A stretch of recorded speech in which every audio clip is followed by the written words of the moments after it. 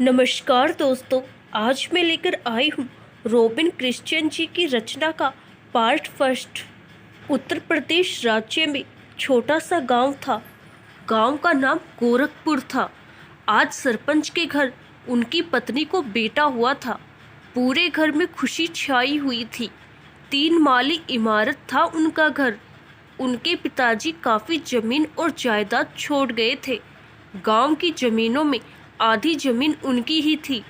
सरपंच जी बहुत खुश थे। उनकी पत्नी नगमा बानो खटिया पर थी। बच्चे को जन्म देकर वो बेहोश हो गई थी। क्या हो गया मेरी बहू को? बच्चा ठीक तो है ना? बच्चे को जन्म दिलाने आई दाया को चिल्लाकर पूछा। तेरा पोता बिल्कुल ठीक है नूर बानो, दाया ने कहा। वो थकान के कारण बेहोश हुई है। कमरे में बच्चे के रोने की आवाज़ गूंज रही थी। दाया बच्चे को साफ कर रही थी। सरपंच की अम्मी नूर बानो उसकी मदद कर रही थी। कमरे के बाहर सरपंच अब्दुल खान चक्कर काट रहे थे। वो बहुत परेशान थे। उनके साथ उनके भाई खड़े थे। भाईजान को देख रहे थे। उसी वक्त कमरे से बाहर नौकरानी ने आकर कहा, सरपंच जी आपको बुला रहे हैं। सरपंच जी दौड़ के अंदर जाते हैं। दाया उनके हाथ में बच्चा देते हुए कहती है, सरपंच जी बच्चा और माँ दोनों ठीक है। सरपंच की खुशी का ठिकाना नहीं था। और हो भी क्यों ना, आखिर 10 साल के बाद बेटा हुआ था। कितनी दरगाह पर चादर चढ़ाई थी, तब जाके बेटा हुआ था। सरपंच के भाइयों की शादी हुए 1 साल हो चुका था।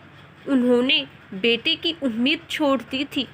सालों बाद खुदा ने रहमत बरसाई थी।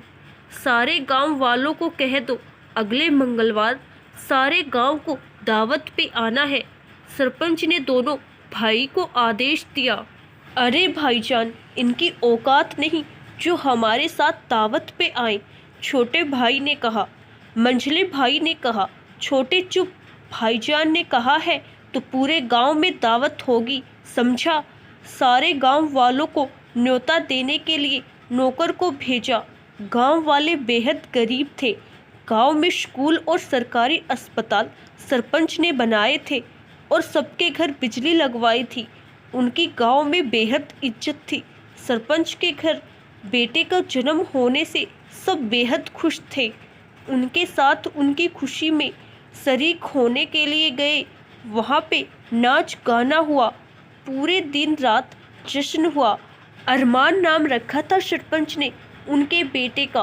सरपंच का एक ही बेटा था। अरमान की दोनों चाची, दोनों चाचा और दादी, अम्मी अब्बू बेहद प्यार करते थे।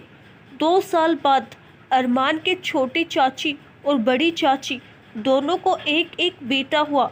छोटे चाची के बेटे का नाम अनवर और बड़े चाची के बेटे का नाम अफजल था। और छोटी चाची को 1 साल बाद लड़की हुई, उसका नाम सिमरन रखा था। एक तरफ सरपंच का परिवार बढ़ रहा था। सरपंच गांव के मसलों में व्यस्त रहने लगे थे और उनके दोनों भाई ने व्यापार में। उनके बच्चे स्कूल जाने लगे थे। स्कूल से शिकायत आई थी। सब गांव वाले एक जगह इकट्ठे हुए थे। सरपंच जी आगे कुर्सी पे बैठे थे। उनके साथ आजू बाजू कुछ पंचायत के सदस्य।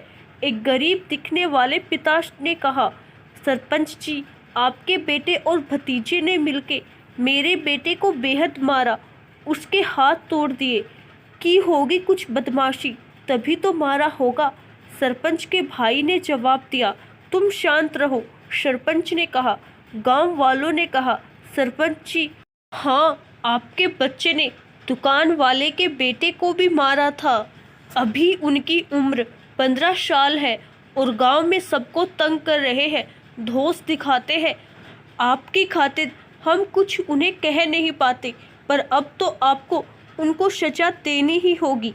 अरमान, अनवर और अफजल वहाँ पर ही खड़े थे।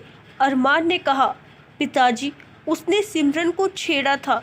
उसकी आवाज़ से पता चल रहा था वो झूठ बोल रहा है। सरपंच एक आदमी को भेजते हैं। वो फरियाद करने वाले पिता को कान में कहता है तुम्हें याद तो है ना, तुम्हारी जमीन गिरवे रखी है। सरपंच के भाई के पास वो डर जाता है और सरपंच के भाई ने जिस आदमी को भेजा था वो एक एक करके सबके कान में ये बात कहता है। गांव वालों को जब भी ज़रूरत होती पैसों की तो सरपंच के भाई के पास जाते और अपनी ज़मीन रख के पैसे लेते थे। इस तरह सभी गांव की ज़मीन सरपंच के भाई के पास गिरवी थी। इधर सरपंच जी कहते हैं सभी गांव वालों ने फरियाद की है तो सज़ा तीनों को मिलेगी। पंचायत के सदस्य कहते हैं सही बात है, आखिर सरपंच का बेटा था तो कोई कुछ और कह भी नहीं सकता था। सरपंच के भाई गुस्से में गांव वालों को देखते हुए अपनी दाढ़ी को खुजाते हैं। इधर गांव वाले डरे होते हैं, वो डर से कहते हैं ये तो बच्चे हैं, इनको क्या सजा दे, आगे से ऐसी गलती ना करे। सरपंच जी कहते हैं सजा तो मिलेगी। गांव वाले जानते थे अगर सरपंच जी ने सजा दी तो सरपंच के भाई हमें छोड़ेंगे नहीं। नहीं, बच्चों को कोई सजा नहीं देंगे, अपने बच्चे ही है, आगे से ध्यान रखेंगे। गरीब पिता भी कहता है हाँ ये तो मेरे बेटे ने गलती की तो उन्होंने थोड़ा मार दिया, आखिर अस्पताल भी तो यही ले गए। उसकी आवाज़ से साफ था कि वो डर कर कह रहा है और उनको सरपंच जी कोई सजा तो नहीं करते पर गांव वालों से माफ़ी मांगने को कहते हैं। हमें माफ़ करना कहकर अरमान और उसके दोनों भाई घर चले जाते हैं और सरपंच जी दूसरा केस क्या है पूछते हैं। उनको सज़ा नहीं मिलने से उनकी हिम्मत बढ़ गई थी और गांव वालों से माफ़ी मांगनी पड़ी, इसीलिए वो गांव वालों पर बेहद गुस्सा भी था। गांव में शांति छाई हुई थी, सब जानते थे सरपंच जी जिंदा है, इसीलिए गांव में शांति है। जिस दिन सरपंच जी नहीं रहे ना जाने गांव वालों का क्या होगा। अरमान अभी बच्चा था पर वो अपने चाचा की राह पर चल रहा था, वो भी गांव वालों को खुद से नीचा ही समझ रहा था। सरपंच ने एक महिला को गांव में टीचर के लिए नियुक्त किया था क्योंकि वो विधवा थी और पढ़ी लिखी थी। पास के गांव से सरपंच के पास मदद लेने आई थी। सरपंच जी, मेरा एक 12 साल का बेटा है, मेरे पति चल बसे हैं, उनके सिवा मेरा इस दुनिया में कोई ना था। आप मुझे यहाँ पर टीचर की नौकरी दे दीजिए, तुम चिंता ना करो, यहाँ पर तुम्हें रहने को घर और नौकरी मिल जाएगी। जाके प्रिंसिपल से बात कर लो, उन्हें कहना मैंने भेजा है। सरपंच ने कहा। वो अपने बेटे को लेकर स्कूल चली गई। ऑफिस में प्रिंसिपल बैठे थे और एक लेडी टीचर से कह रहे थे। प्रिंसिपल उम्र में बड़े थे, फिर भी दिल से जवानी गई नहीं थी। तुम टीचर होके देर से आते हो, क्या तुम्हारा पति तुम्हें सोने नहीं देता? कल से अगर देर से आए तो दिन में भी सोना पड़ेगा। मेरा मतलब है कि तुम्हें घर पर ही रहना पड़ेगा। गलती हो गई सर, कल से नहीं होगा। मासूम चेहरा बनाते हुए टीचर बोली। उतने में दरवाज़ा कोई खटखटा देता है। प्रिंसिपल देखते हैं तो देखते ही रह जाते हैं। सफ़ेद साड़ी में वो औरत काफ़ी मादक लग रही थी। उसकी छाती का उभार जैसे हो नदियों साथ खड़े दो पहाड़। शरीर का रंग देखकर परी भी जल जाए। उम्र में 40 होगी, किसी भी मर्द को शैतान बना दे। मुझे सरपंच जी ने भेजा है टीचर की नौकरी के लिए। वो कहती है उसके साथ उसका बच्चा भी होता है। सरपंच लेडी टीचर से कहता है तुम जाके इस बच्चे का एडमिशन करा दो। वो बच्चे को लेकर क्लास में जाती है। आप आइए बैठिए, सरपंच उसको कहता है। वो बैठ जाती है। प्रिंसिपल की नज़र नहीं हटती उस पर से। आपका नाम क्या है? प्रिंसिपल पूछता है। जी रेशमा। रेशमा उत्तर देती है। प्रिंसिपल कहते हैं आप बच्चों को हिंदी सिखाएं और पंचायत ने टीचर के रहने के लिए मकान बनाए हैं और लेडी टीचर वही रहती है तो आप उनके साथ चले जाएगा। और क्लास दिखाता है और कहता है क्लास में बच्चे बड़े बदमाश हैं, अपना ध्यान रखिएगा।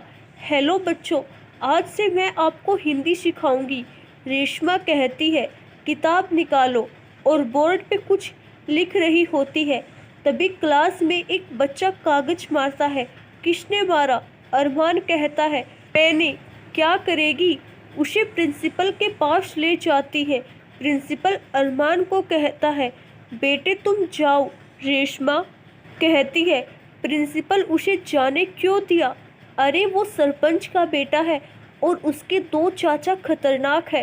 अगर कुछ किया तो तुम और मैं दोनों जिंदा नहीं बचेंगे। स्कूल के बाद रेशमा सरपंच के घर जाके अरमान की शिकायत करती है। सरपंच जी अरमान को बुलाते हैं। देखो, तुम टीचर से माफ़ी मांगो, और अगर दोबारा कोई शिकायत आई तो तुम्हें घर में ही पढ़ना होगा।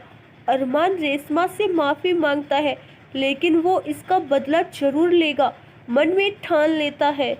उसे पता चलता है कि रेशमा का बेटा स्कूल में ही पढ़ता है। वो उसको पीटने की सोचता है, पर रेशमा का बेटा होशियार और निडर होता है। वो अरमान से छोटा है पर ताकत वाला होता है। अरमान और रेशमा के बेटे मकबूल की लड़ाई होती है और दोनों एक दूसरे को पीटते हैं। प्रिंसिपल जाके छुड़ाते हैं। देखो बच्चों, तुम्हें मारामारी नहीं करनी चाहिए, और मामला स्कूल में ही निपटा देते हैं।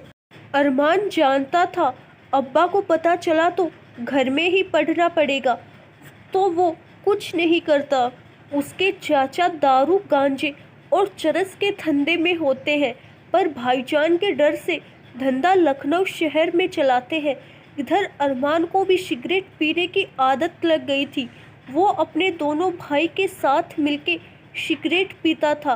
इधर सरपंच जी की उम्र होने के कारण वो घर में ही रहने लगे थे। एक दिन रेशमा अरमान को सिगरेट पीते देख लेती है। अरमान, क्या कर रहे हो? रेशमा गुस्से से पूछती है। अरमान कहता है, सिगरेट पी रहा हूँ, दिख नहीं रहा? रेशमा उसके हाथ से सिगरेट लेके फेंक देती है। उसे प्यार से कहती है, देखो, तुम्हें ये सब नहीं करना चाहिए।